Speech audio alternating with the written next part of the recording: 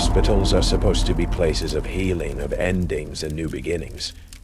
But some places are stuck in a cycle they can't escape. Welcome to Crimson Creek Community Hospital, where the night shift comes with a past that refuses to stay buried, and 3 strange rules are all that stand between you and something ancient and hungry. What's the most terrifying place you've ever been? Tell me in the comments below. And if you're brave enough to step into the cycle with me, subscribe to Night Creepypasta Rules and hit that notification bell, because tonight, the echoes aren't just memories. They're demanding attention. Prepare to check in. The smell in Crimson Creek Community Hospital wasn't just disinfectant and stale coffee. It was the smell of old wood and burned fear. A scent that seemed to cling to the very air, heavy and suffocating. And on my first night here, stepping through those automatic doors, I knew, with a certainty that chilled me to the bone, that I had just walked into a cycle with no exit. My name is Leo Merritt. I'm a nurse, or I try to be. Back at my old hospital, there was a patient, a code blue that went sideways in a way that defied every medical explanation.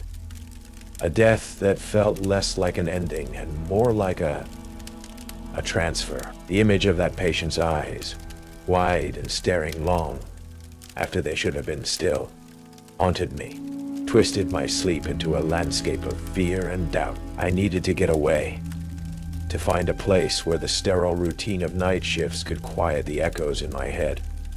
Somewhere old and quiet where I could start again. Crimson Creek Hospital, an ancient brick building with a reputation for being understaffed and overlooked, sitting in a town rumored to have its own dark history, felt like the perfect place to disappear. My new colleague on the night shift was Eleanor Hayes.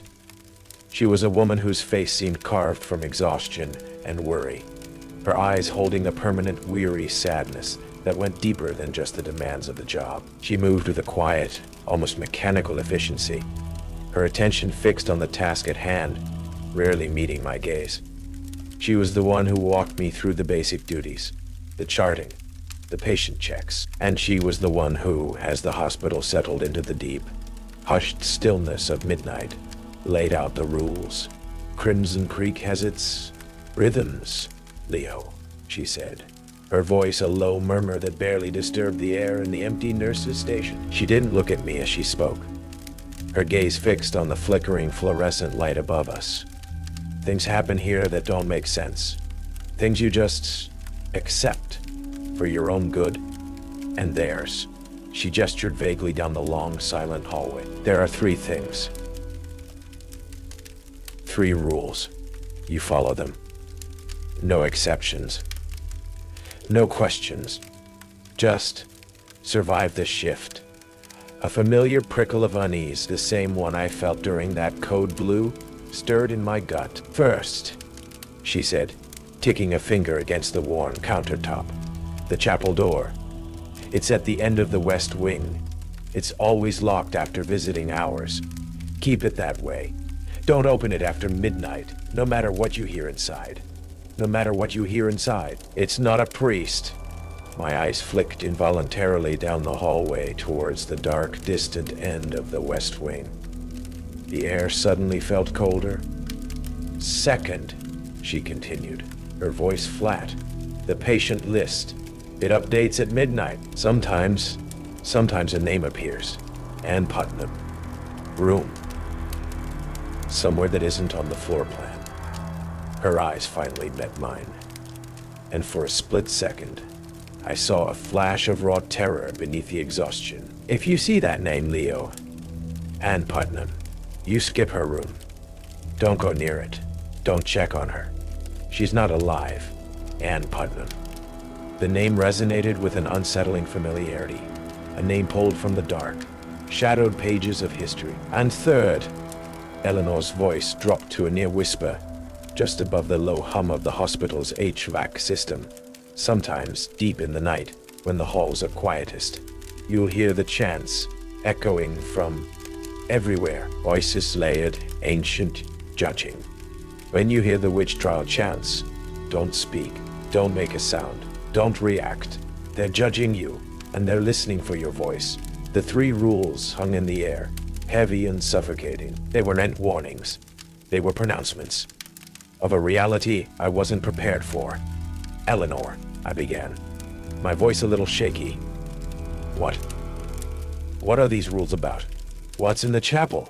Who is Ann Putnam? She finally looked at me fully, and I saw the deep, weary sadness in her eyes. The eyes of someone who had seen too much. Crimson Creek. It holds on to things, Leo, she said, her voice barely audible. History isn't just in books here. It's in the walls, in the air, in the cycles. Follow the rules. Don't break the cycle. For your own sake. She turned back to the counter, ending the conversation. Midnight's approaching. The list will update soon. A glance at the clock on the wall confirmed her words.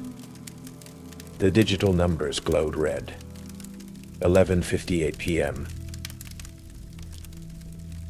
2 minutes until the cycle potentially began.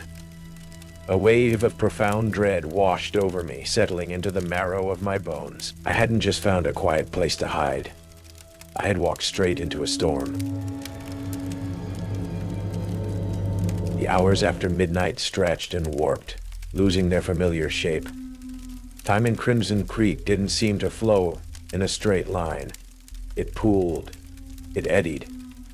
It seemed to loop back on itself in subtle, disorienting ways. I find myself walking down a hallway I'd just patrolled, certain I'd checked every room, only to see a light on in a room that should have been dark, or a door slightly ajar that I'd sworn I had closed. The air grew heavy, charged with a palpable, unseen energy, smelling faintly of ozone and that disturbing mix of old wood and something burnt.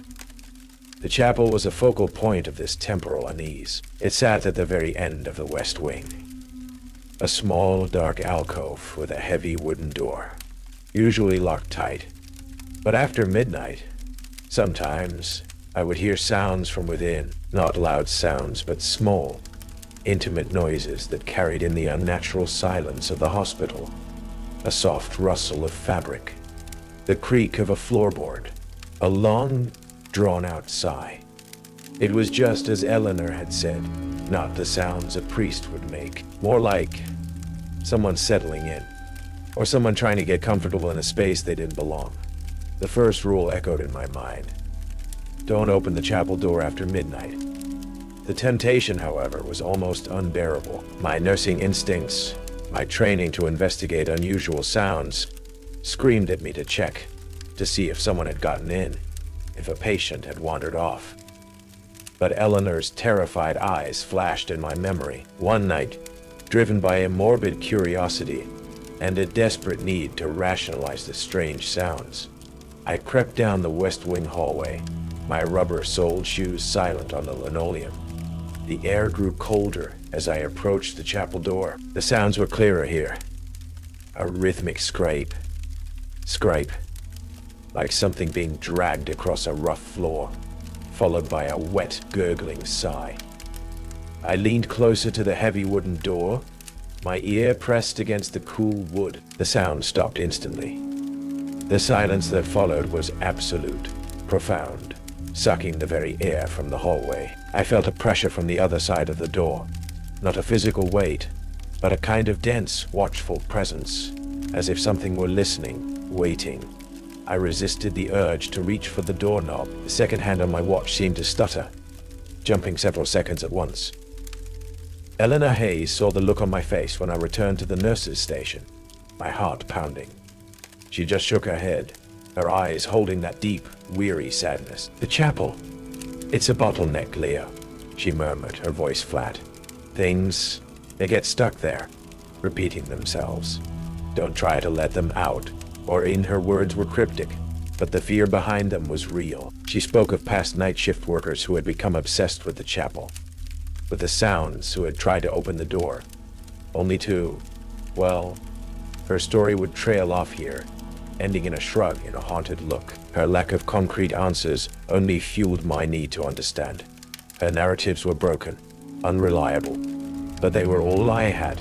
Dr. Alaric Croft, the night resident, was a man of science through and through, young, sharp, with a brisk, no-nonsense demeanor. He relied solely on data, charts, and diagnoses.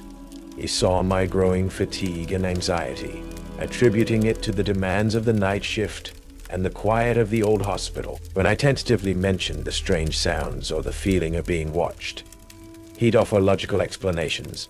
Old pipes, wind whistling through cracks, stress, lack of sleep causing auditory hallucinations. It's a classic phenomenon in isolated, quiet environments, Nurse Merritt, he'd said with a dismissive wave of his hand. The mind fills the void. His skepticism was a solid wall against the rising tide of the impossible. And for a while, I clung to it like a lifeline. Just before dawn one morning, while walking down the west wing, I noticed something new near the chapel door. Tucked under the mat was a small antique brass key, not one of the hospital's standard keys. It felt old, heavy, and it had a faint metallic scent, like rust and something else, something vaguely sweet. I pocketed it, a jolt of fear and curiosity shooting through me. Whose key was it? And what did it open if not the locked chapel door? The cyclical nature of time at Crimson Creek became undeniable. Nights would start with the same hushed quiet, the same routine checks, but subtle details would repeat or shift. A particular chart misplaced in the same bin. The clock in the lobby stuck at the same time for a moment before jumping forward. The same set of footsteps echoing down a far-off hallway. Even when no one was there, it was like living in a broken record, the needle skipping back occasionally, creating unsettling repetitions. The patient list, updating on the computer screen at midnight, was another anchor of this temporal loop and the focus of the second rule. Most nights, it was just the usual list of names, admissions, transfers, discharges. But some nights, after the clock struck 12, a new name would appear, flickering onto the screen, always towards the end of the list. Ann Putnam. And always, her room number was listed as something impossible. A room number that didn't exist on that floor. Or perhaps, a room number from a floor that had been closed off years ago. If the patient list includes Ann Putnam, skip her room. She's not alive. Eleanor's rule. My nursing duty, the core of my being, screamed at me to check on this patient, to verify the listing, to ensure no one was overlooked. But the sheer impossibility of the room number, combined with Eleanor's desperate warning, froze me. Ann Putnam. The name echoed with history, a name from a time of fear and accusation. What did it mean? One night, the name appeared again. Ann Putnam. Room. West Wing Annex 404. The West Wing Annex hadn't existed for 50 years, closed off after a mysterious fire. But the name was there, real, on the digital list. A pull, cold and insistent, emanated from the screen, drawing my gaze, whispering a silent plea that felt less like a request for help and more like a demand for acknowledgement. The air around the computer terminal grew cold, carrying the faint, sickly sweet scent of decaying flowers and something else, something metallic and acrid, like burned flesh. I fought the urge to click on the name, to access her chart. I knew with a certainty that transcended logic that there would be no chart, or perhaps a chart filled with impossible, horrifying details. I forced myself to scroll past the name to continue with the list of living patients. As I did, the screen seemed to flicker, the text blurring for a moment, and the pull intensified, sharp and painful, like a needle jabbing into my mind. From the direction of the West Wing, towards the annex where room 404 should have been, I heard a faint sound, like a multitude of distant, sorrowful whispers, growing and receding like waves on a shore. The lament of the list. Eleanor Hayes found me standing rigidly at the nurse's station, staring at the screen, long after I'd scrolled past the name. She didn't ask if Ann Putnam was on the list. She already knew. She looked at the computer screen, then towards the West Wing. The list. It wants to be read, Leo, she murmured, her voice flat. It wants its names acknowledged. And She's always the loudest. She wants to be found. But she's not in a room, Leo. She's in the cycle. Don't open the door that isn't there.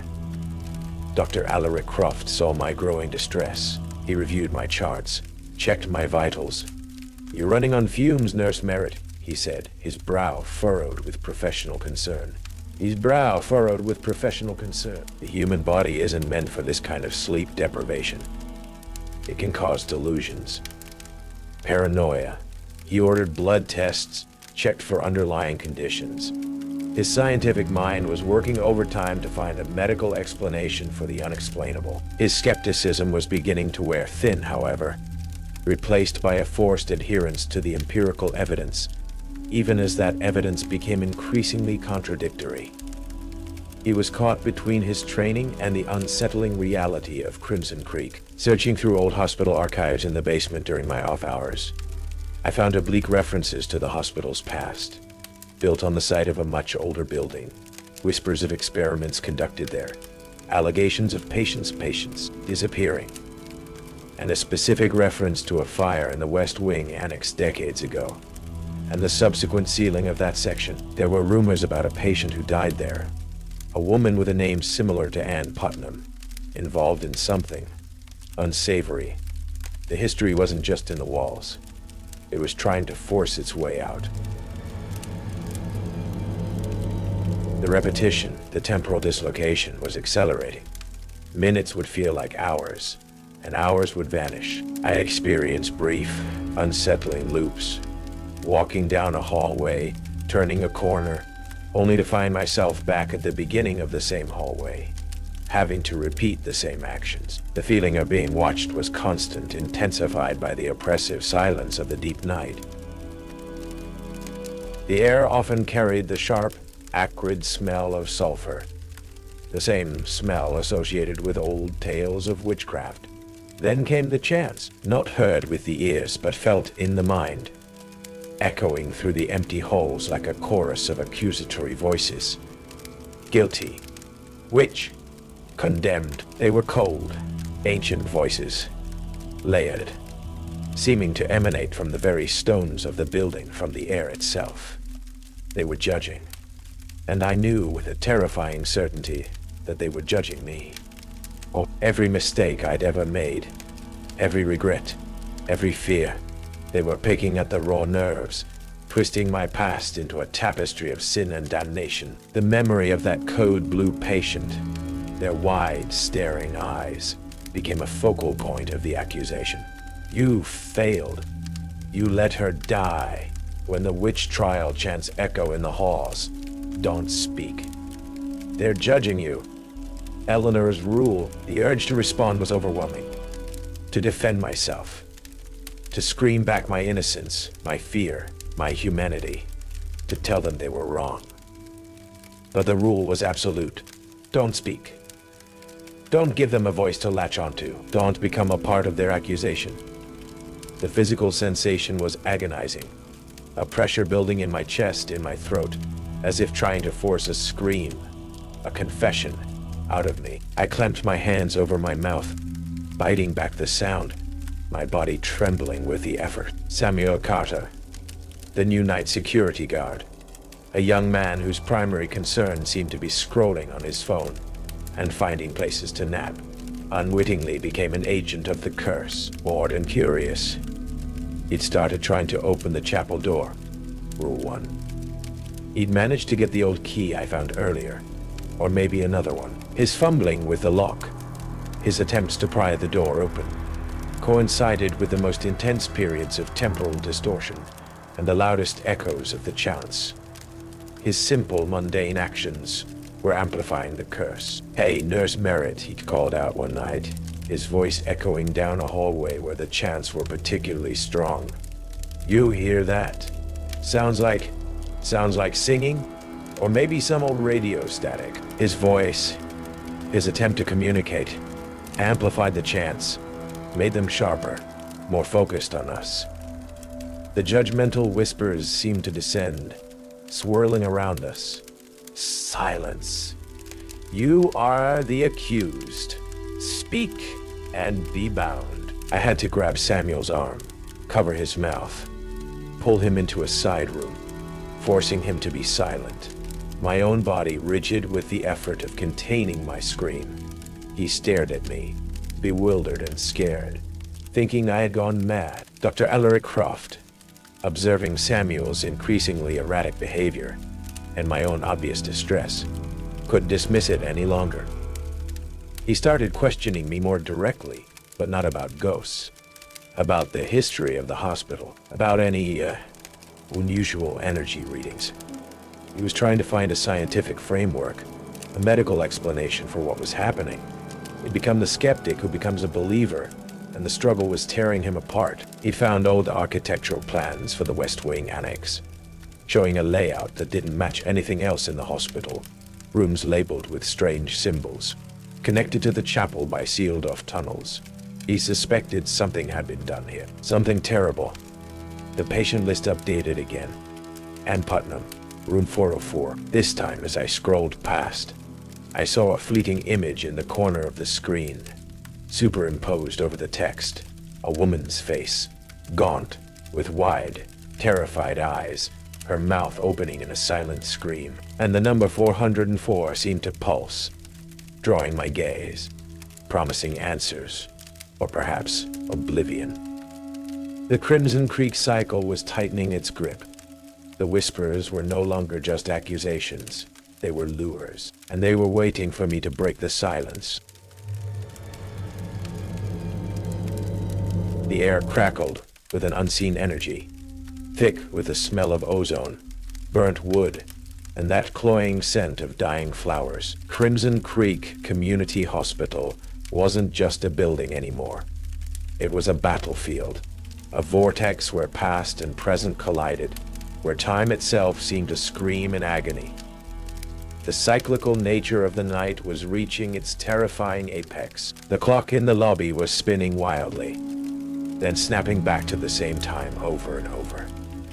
Sections of hallways shimmered, blurring at the edges, looking like static on an old television screen, then snapping back into focus, subtly changed. A doorway might lead to a room it hadn't led to moments before.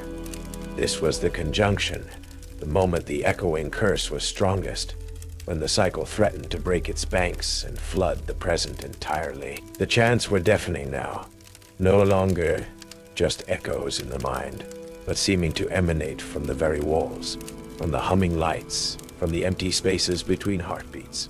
Guilty, guilty, guilty, guilty, guilty, burn her, condemn her, witch, witch, witch.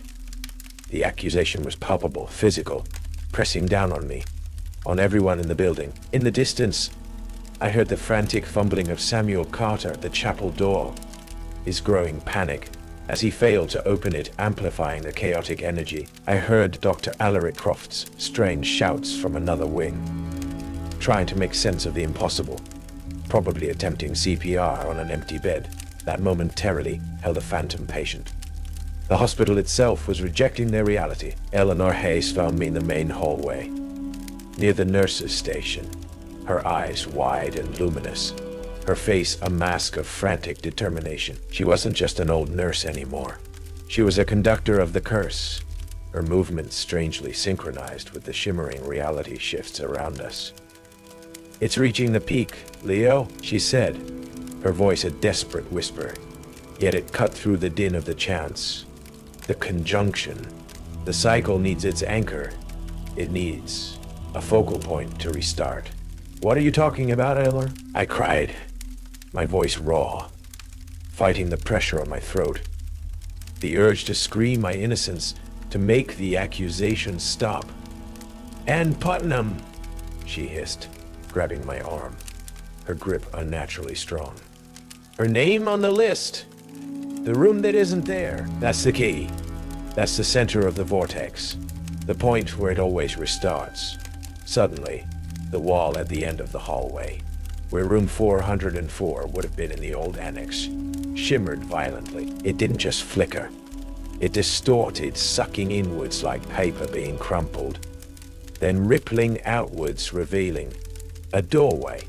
Not a modern hospital door, but an old, heavy wooden door, scarred and blackened from another era. It swung inward with a slow, agonizing creak, revealing not a hospital room, but a space of oppressive darkness, smelling powerfully of smoke, sulfur, and decay. And from that doorway, the whispers of Ann Putnam, of the countless others trapped with her, emanated, soft, sorrowful, laced with a deep, burning anger. Find us. Join us. Judge them. Judge yourself. She's reaching out. Eleanor's voice was frantic now, closer to a shriek. The cycle needs a new anchor. It tries to pull someone in, to take their place in the vortex. My nephew. Others.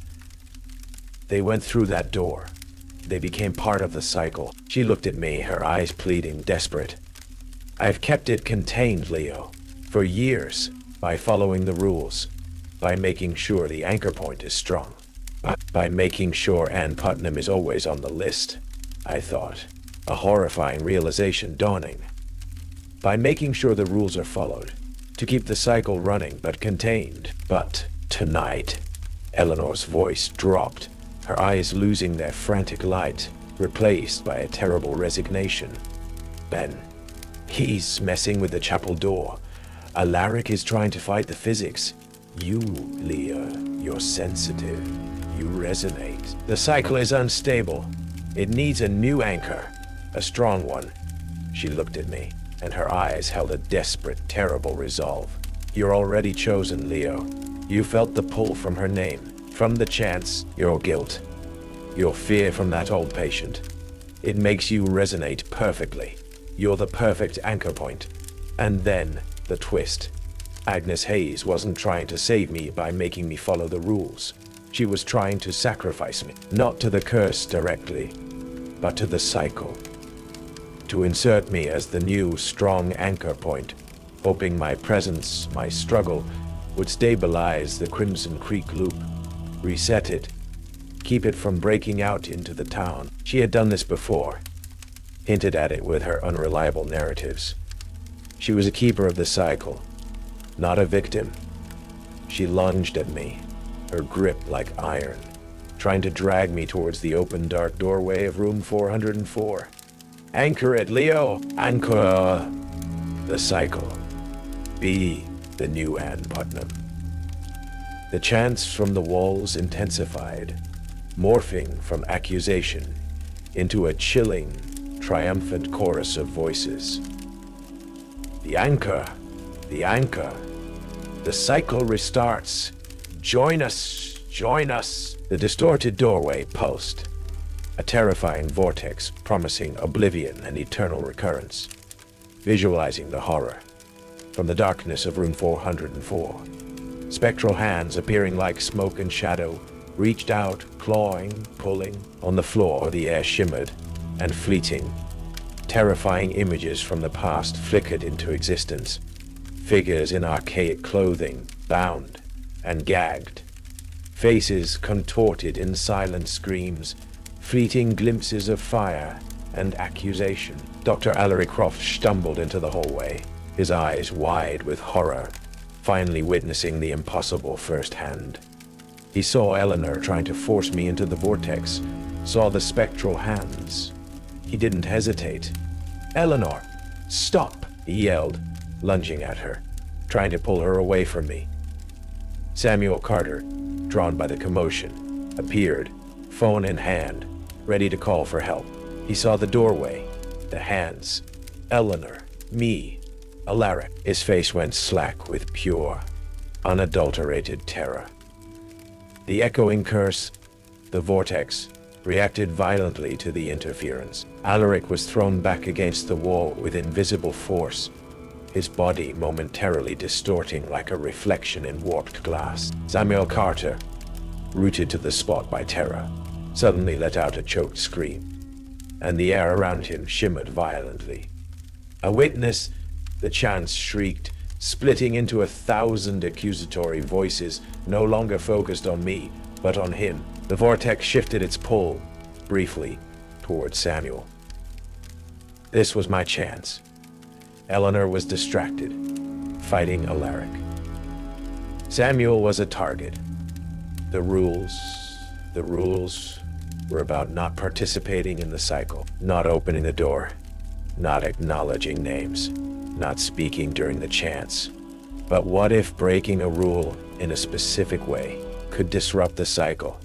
What if acknowledging something else, something outside the curse, could break its focus? My past, that patient, that death. That was my anchor, my unresolved narrative. The curse fed on judgment, on being trapped in the past. What if I acknowledged that past, but in a way it didn't control, ignoring the pull, ignoring the chaotic scene, ignoring the terrifying screams from the vortex as it briefly focused on Samuel? I turned towards the open doorway of room 404. I looked directly into the darkness, into the source of Ann Putnam's sorrow and rage. "I see you," I yelled, my voice raw, defiant. "Ann Putnam! And I see all of you, the accused, the forgotten. But you're not here to judge me. You're here because you're judged, trapped in your own loop, in your own fear." The chants faltered, splitting into a million confused whispers. The spectral hands recoiled slightly. "And I see her too," I screamed, focusing my mind on the face of that dying patient, on my failure. The one I lost, my guilt, my regret. But that's my story, not yours. You can't have it. The vortex in the doorway bucked and twisted. The energy in the hall pulsed violently. It wasn't just pulling, it was pushing back. It hated the acknowledgement of something outside its cycle, the assertion of an independent narrative. Eleanor, saying her chants slipping away, lunged at me again, her eyes wide with desperate fury. "Silence, you're breaking it. You're breaking it. You're destroying the anchor." Dr. Alaric Croft, regaining his feet, tackled Eleanor. They fell to the ground, wrestling. Samuel Carter, the brief target of the vortex, collapsed onto the floor, gasping, looking 10 years older, but alive. The echoing curse, deprived of a clear anchor, assaulted by my defiance, confused by the conflicting energies, let out a final ear-splitting shriek, not of words, but of pure, ancient agony. The sound of reality, tearing the distorted doorway of room 404, slammed shut with a force that shook the entire hospital, and the wall at the end of the hallway snapped back to normal, smooth, solid, no sign of a doorway ever having been there. The chants died. The shimmering reality shift ceased. The wild clock in the lobby snapped back to the correct time, ticking steadily. The silence returned. Not the charged, watchful silence of before, but an empty, ringing silence. We were left in the aftermath. Alaric and Eleanor tangled on the floor, both injured. Samuel hyperventilating, clearly traumatized. And me, shaking, my throat raw, but alive. The Crimson Creek cycle had been interrupted, but I had a chilling feeling that cycles, once started, never truly end. The silence that followed the violent closure of the phantom doorway was profound, absolute. It felt as though the hospital had exhaled, releasing a breath held for centuries. The oppressive energy dissipated, leaving behind only the mundane hum of the hospital's systems and the sound of our own ragged breathing. The bizarre distortions vanished, the hallways looking blessedly normal, if a little dusty. Dr. Alaric Croft, bruised but functional, managed to restrain Eleanor Hayes, who was now sobbing uncontrollably. Her strength vanished, replaced by the exhaustion that had always been lurking beneath the surface. Her words were a torrent of fragmented confessions about Ann Putnam, about the cycle, about needing an anchor, about trying to keep it from breaking out, about her nephew, about others. Her narrative was broken, filled with impossible details, but the raw human despair was undeniable. Samuel Carter, still gasping for air, stared at the wall where the doorway had been, then at Eleanor, then at me, his face a mask of pure, unadulterated terror. His skepticism, like Alaric's, had been annihilated by undeniable, terrifying reality. He was a believer now, whether he wanted to be or not. Alaric, despite his shock, was all business. He used his phone to call for backup, for a psychiatric team, for something to deal with the impossible. He glanced at me, his eyes holding a new, wary respect. You did something, Leo, he said, his voice low. With your words, with that other story, I didn't have answers. Only the raw certainty that I had asserted a different narrative, a different resonance, one that the echoing curse couldn't assimilate. I had faced the judgment and refused to accept its premise. I had acknowledged my past, but outside its twisted framework. When the backup arrived, more police than medical personnel at first, the scene was confusing. Eleanor Hayes, clearly in a state of acute mental distress, babbling about cycles and anchors. Samuel Carter, traumatized and incoherent. Dr. Alaric Croft, giving a strained, carefully worded account of Eleanor's breakdown leading to a violent episode. And me, silent, shaken, but seemingly unharmed. The official story began to take shape. A shared delusion, a mass hysteria triggered by stress and the isolated environment, culminating in Eleanor's breakdown. Samuel's trauma could be attributed to the shock. My own experience, well, I had a history of anxiety and insomnia. The strange phenomena, attributed to the old building, pipe noises, tricks of the light, overactive imaginations. The wall where room 404 had briefly appeared. Just a solid wall, no sign of a doorway. Dr. Alaric Croft, caught between his scientific integrity and the need for a plausible explanation, worked tirelessly to shape the narrative, omitting any detail that would sound truly insane. He looked at me sometimes, his eyes questioning, understanding.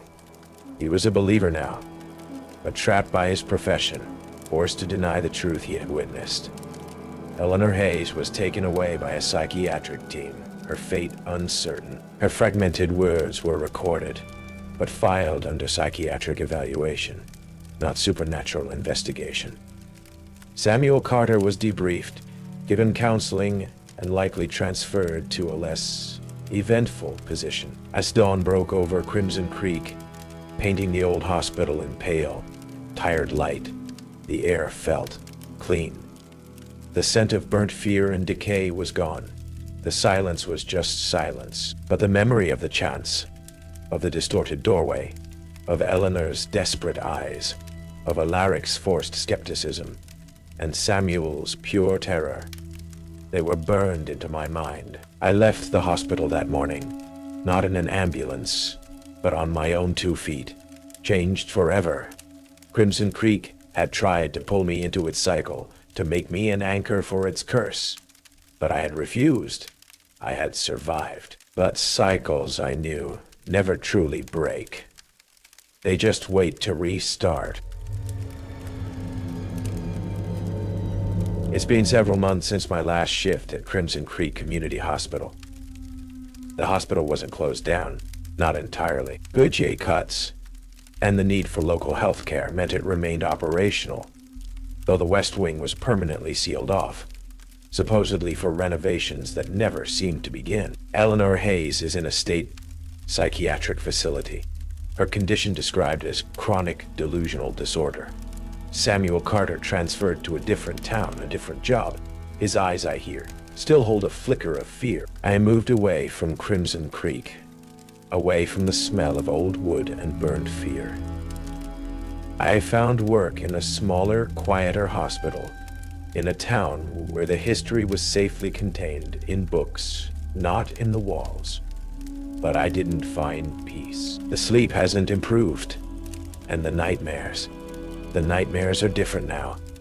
They're less about that old patient, more about long, empty hallways, whispering walls, and the feeling of time stretching and snapping back. Sometimes I dream of a doorway appearing at the end of a familiar hall, a dark opening smelling of smoke and decay, and I hear the faint, sorrowful whispers calling my name.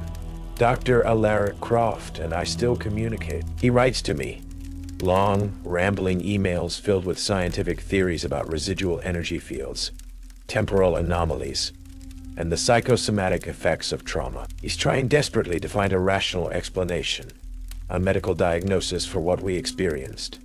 But sometimes, buried within the scientific jargon, I find a phrase, a question that reveals he knows. He knows it wasn't just a delusion. He asks about Ann Putnam. He asks if I've ever seen a room number. That doesn't exist. His skepticism has been replaced by a desperate scientific kind of faith in the impossible. He sends me copies of old medical journals, articles about rare psychological phenomena. He's trying to find a prescription for the trauma, for the memory, for the curse. But I don't think one exists. The patient list. Sometimes, late at night, when I'm working in my new hospital, checking the digital charts, a wave of cold dread washes over me. My eyes are drawn to the screen, scanning the names. I half expect to see it. Ann Putnam. Room. Somewhere impossible. It hasn't happened yet, but the possibility is a constant cold prickle on my skin. I find myself scrolling past the end of the list quickly, just in case. I've come to understand Ann Putnam, and the others in the cycle, not as evil spirits, but as echoes, trapped narratives, repeating their moments of terror and injustice, forever reaching out for a connection, for a release, for an anchor to stabilize their fragmented reality. The rules weren't just about protection. They were about interaction, about navigating a space where the past was a physical force. Crimson Creek left its mark. The heightened senses, the sensitivity to the unspoken, the way I can almost feel the history in old buildings now. I see the world differently. It's not just physics and biology. There are other forces at play, other cycles, other rules. One night, researching an obscure medical case from the 18th century, I came across a name in a digitized archive. Ann Putnam. A victim, or an accuser, or both. And next to the name, a note about her place of confinement before the end. A room number, 404. Crimson Creek didn't hold Ann Putnam. It held the echo of what happened to her, and by refusing to become its anchor, I didn't break the cycle. I just delayed it. Or maybe I carried a piece of it with me. The taste of burned fear, the smell of old wood and dying flowers, the feeling of time looping, the echo of judgment. They are my prescription now. A reminder that some wounds in history never truly heal. Some cycles never truly end. And some patients, they are never truly discharged. I am out of Crimson Creek, but I wonder if Crimson Creek is truly out of me. The echoes are quiet tonight, but I'm listening. I'm always listening. I'm always listening. And I know that the chants could begin again, anytime, any place. They're always judging, and they're always waiting for a voice. The Crimson Creek cycle, it draws you in, doesn't it? Leo Merritt thought he could escape his past here. But he just stepped into a cycle that's been repeating for centuries. Ann Putnam, the chants, the impossible rooms. The rules were just a way to survive. But surviving doesn't mean escaping. Seriously, if you didn't watch until the very end, you missed the chilling implications, the lingering terror that follows Leo long after he leaves. The final moments reveal the true unsettling nature of the cycle. What do you think of Eleanor's actions? What is the true nature of the echoing curse? Share your theories in the comments below. And if you made it through this night shift at Crimson Creek, if the cycle hasn't claimed you, then join the Night Creepypasta Rules community. Subscribe, because the hospital is quiet now, but the echoes, they're always listening, and they're waiting for a voice.